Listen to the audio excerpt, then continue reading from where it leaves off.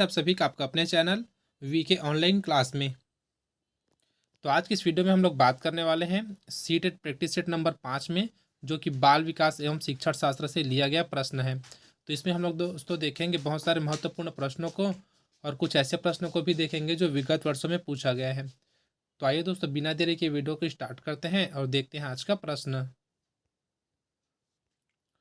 पहला प्रश्न है आज का, वंशानुक्रम से अभिप्राय माता और पिता के शारीरिक और मानसिक गुणों का संतानों में हस्तांतरण है। किसका कथन है? ठीक है दोस्तों, किसका कथन है बताना है। चार ऑप्शन हमको दिया गया है और इसका जो आंसर है दोस्तों वो हो जाएगा ऑप्शन डी, अर्थात जेम्स ड्रेवर का यह कथन है। अगला प्रश्न है, बीज कोश के निरंतरता का नियम के प्रतिपादक कौन है? तो कौन है दोस्तों इस नियम के प्रतिपादक?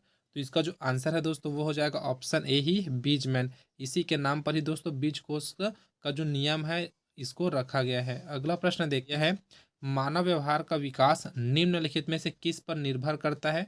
तो किस पर निर्भर करता है? ए में दिया है अनुवांशिकता, बी में दिया है वातावरण, सी में दिया है ए एवं बी दोनों, और डी में दिया है इनमें से कोई नहीं। तो इसका जो आंसर हो जाएगा दोस्तों हो जाएगा ऑप्शन डी, अर्थात इनमें से कोई नहीं। अगला प्रश्न देखते हैं दोस्तों, चौथे नंबर का प्रश्न है, अनुवांशिकता को खालिस्तान सामाजिक संरचना माना जाता है? तो ऑप्शन ए दिया प्राथमिक, ऑप्शन बी गौड़, ऑप्शन सी गत्यात्मक और ऑप्शन डी स्थिर।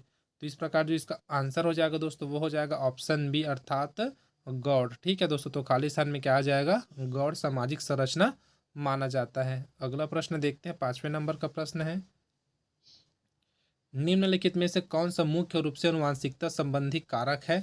तो कौन सा है दोस्तों अनुवांशिकता संबंधी कारक? तो इस प्रकार इसका जो आंसर हो जाएगा वो हो जाएगा ऑप्शन ए, अर्थात आंखों का रंग। अगला प्रश्न है, निम्नलिखित में से कौन सा कथन सही नहीं है? ठीक है दोस्तों, यूपी टेट 2014 का प्रश्न है, कौन सा कथन सही नहीं है ये पूछा गया है। तो इसका जो आंसर हो जाएगा दोस्तों वो हो जाएगा सी, जिसमें दिया है वंशानुक्रम व्यक्ति की जन्मजात विशेषताओं का परिमाण है। तो यह कथन क्या है दोस्तों? असत्य है, अर्थात गलत है। तो हमको इसी को वहां से फाइंड करना था और हमारा आंसर क्या हो जाएगा दोस्तों? यहाँ सी। अगला प्रश्न है, बच्चे के विकास में आनुवंशिकता और वातावरण की भूमिका के बारे में निम्नलिखित में से कौन सा कथन सत्य है? तो कौन सा कथन सत्य है दोस्तों ये पूछा गया है।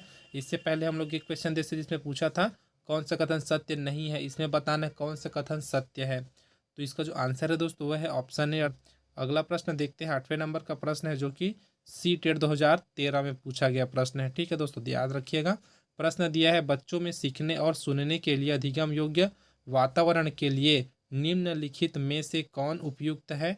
ए दिया है एक लंबे समय के लिए निष्क्रिय रूप से सुनना, बी है निरंतर गृह कार्य देते रहना, सी है सीखने वाले द्वारा व्यक्तिगत कार्य करना, अगला है अर्थात डी है दोस्तों विद्यार्थियों को यह छूट देना कि क्या सीखना है और कैसे सीखना है ये। तो इसका जो आंसर है दोस्तों, अर्थात 8वें नंबर का प्रश्न का जो आंसर है वो हो जाएगा ऑप्शन डी, अर्थात विद्यार्थियों को यह छूट देना कि क्या सीखना है और कैसे सीखना है। अगला प्रश्न है जो कि 2016 में पूछा गया सी टेट में, जिसमें दिया है निम्न में से कौन सा वंशानुक्रम का नियम नहीं है? तो कौन सा दोस्तों चार ऑप्शन में से बताना जो वंशानुक्रम का नियम नहीं है। तो ये ऑप्शन ए में दिया है समानता, ऑप्शन बी में दिया है भिन्नता, ऑप्शन सी में दिया है प्रत्यागमन और डी में दिया है अभिप्रेरण। तो इसका जो आंसर है दोस्तों वो हो जाएगा ऑप्शन डी, अभिप्रेरण। तो ये क्या है दोस्तों? वंशानुक्रम का नियम नहीं है। बाकी जो समानता, भिन्नता और प्रत्यागमन तीनों क्या है? वंशानुक्रम का नियम है। अगला प्रश्न देखते हैं दोस्तों, दिया है खाली स्थान जन्मजात व्यक्ति गुणों का योगफल है। तो कौन सा है दोस्तों? यूपी टेट 2016 का प्रश्न है। तो एक बार फिर से पढ़ते हैं, खाली स्थान जन्मजात व्यक्ति गुणों का योगदान है। तो कौन सा है दोस्तों? तो सी हमारा सही हो जाएगा, अर्थात वंशानुक्रम। अगला प्रश्न देखते हैं दोस्तों, दिया है शैशव काल की अवधि है। तो ऑप्शन आपको दिख रहा होगा दोस्तों, इसका आंसर आपको कमेंट बॉक्स में कमेंट करके बताना है कि इसका आंसर क्या है। ऑप्शन ए में दिया है जन्म से 1 वर्ष, ऑप्शन बी में दिया है जन्म से 2 वर्ष, ऑप्शन सी है जन्म से 3 वर्ष और ऑप्शन डी है 2 से 3 वर्ष तक। तो इसको आपको कमेंट बॉक्स में कमेंट करके बताना है इसका आंसर क्या है। अगला प्रश्न देखते हैं दोस्तों, दिया है प्रश्न, खाली स्थान के अनुसार बालक का विकास आनुवंशिकता तथा वातावरण का गुणनफल है। ठीक है दोस्तों, तो चार यहाँ प्रस्ताव को नाम दिया गया है। तो किसके अनुसार अर्थात किनका कथन है ये पूछा गया है। तो इसका जो आंसर है दोस्तों वो हो जाएगा ऑप्शन ए अर्थात वुडवर्थ। तो यहाँ पास हो जाएगा दोस्तों वुडवर्थ के अनुसार बालक का विकास अनुवांशिकता तथा वातावरण का गुणनफल है। अगला प्रश्न है दोस्तों, देखते हैं। वातावरण वह बाहरी शक्ति है जो हमें प्रभावित करती है, किसने कहा था? तो किन्होंने कहा था दोस्तों? तो इसका जो आंसर है वो हो जाएगा ऑप्शन बी अर्थात रॉस ने कहा था। और यह प्रश्न सीटेट 2016 में पूछा गया प्रश्न है। अगला प्रश्न है दोस्तों, दिया है निम्नलिखित में से कौन सा सही क्रम है? तो सही क्रम को पहचानना है हमको। तो इसका जो आंसर हो जाएगा दोस्तों वो हो जाएगा ऑप्शन डी अर्थात अंडाणु, शुक्राणु, फिर युग्मनज, फिर ब्लास्टोसिस्ट। ठीक है, तो ऑप्शन डी हमारा यहाँ से सही हो जाएगा। अगला प्रश्न है दोस्तों अर्थात 15वें नंबर का प्रश्न है, जिसमें दिया है व्यक्तियों में एक दूसरे से भिन्नता क्यों होती है? क्यों होती है दोस्तों वस्तुओं में एक दूसरे से भिन्नता?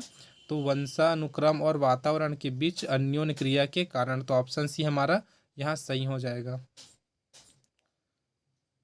अगला प्रश्न है दोस्तों 16वें नंबर का प्रश्न है, क्या बच्चे इसलिए भाषा अर्जित करते हैं क्योंकि उनमें आनुवांशिक रूप से ऐसे करने की पूर्व प्रवृत्ति होती है, या उसके माता पिता प्रारंभिक अवस्था से ही उन्हें गहन रूप से सिखाते हैं? यह प्रश्न आवश्यक रूप से दर्शाता है, क्या दर्शाता है दोस्तों ये पूछा गया है। तो इसका जो आंसर है दोस्तों वो हो जाएगा ऑप्शन बी अर्थात प्रकृति और पोषण पर बहस। ठीक है दोस्तों, क्या है? प्रकृति और पोषण पर बहस, इसका आंसर हो जाएगा।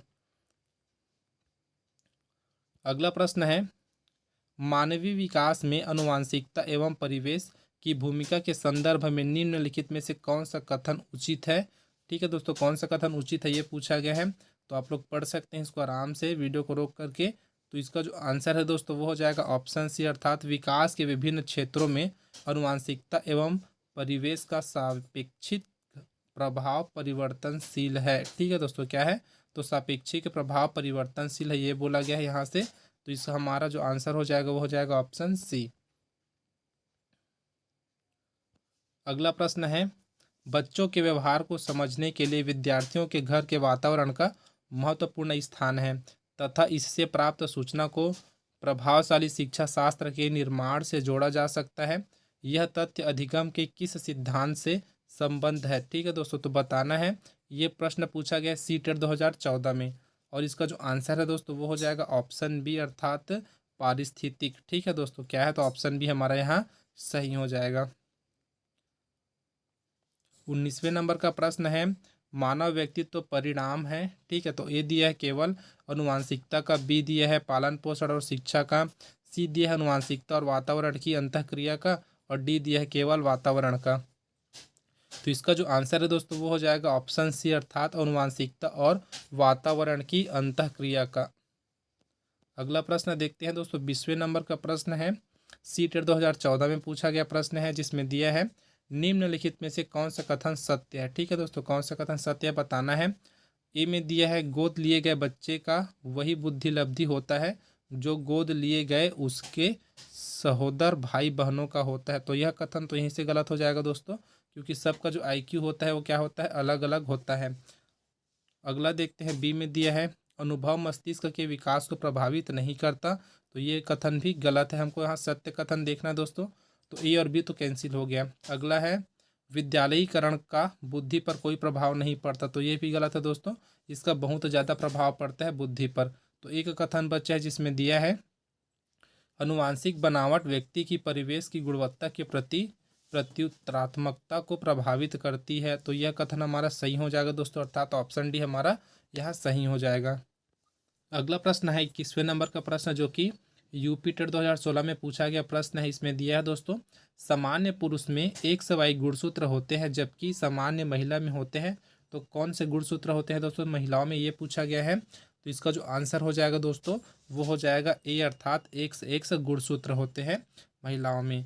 अगला प्रश्न देखते हैं दोस्तों, प्रश्न है वह अवस्था जो कि माता के 21वें गुणसूत्र जोड़े के अलग न हो पाने के कारण होती है। ठीक है दोस्तों, क्या है? एक बार फिर से पढ़ते हैं। वह अवस्था जो माता के 21वें गुणसूत्र जोड़े के अलग न हो पाने के कारण होती है, क्या कहलाती है दोस्तों? ये पूछा गया है। तो क्या कहलाती है? और इसका जो आंसर है दोस्तों वो हो जाएगा ऑप्शन ए अर्थात डाउन्स सिंड्रोम कहलाती है। ठीक है दोस्तों, क्या है? डाउन सिंड्रोम कहलाती है। अगला प्रश्न है, सामान्य संयुक्त कोशिका में गुणसूत्रों के जोड़े होते हैं तो कितने जोड़े होते हैं दोस्तों, ये पूछा गया है। तो टोटल 23 जोड़े होते हैं, अर्थात ऑप्शन भी हमारे यहाँ सही हो जाएगा। अगला प्रश्न दिया है दोस्तों, इनमें से किनका नाम सूजनन शास्त्र के पिता से जुड़ा हुआ है, तो किनका नाम जुड़ा हुआ है दोस्तों, तो ऑप्शन भी हमारा सही हो जाएगा, अर्थात गाल्टन। तो दोस्तों आज की वीडियो में बस इतना ही। वीडियो अगर आपको हेल्पफुल लगा तो वीडियो को जरूर लाइक करें, साथ ही अपने दोस्तों में जरूर शेयर करें। अब मिलते हैं दोस्तों कुछ इसी प्रकार के प्रश्नों के साथ अगले वीडियो में। इस वीडियो में बने रहने के लिए आप सबका बहुत बहुत धन्यवाद।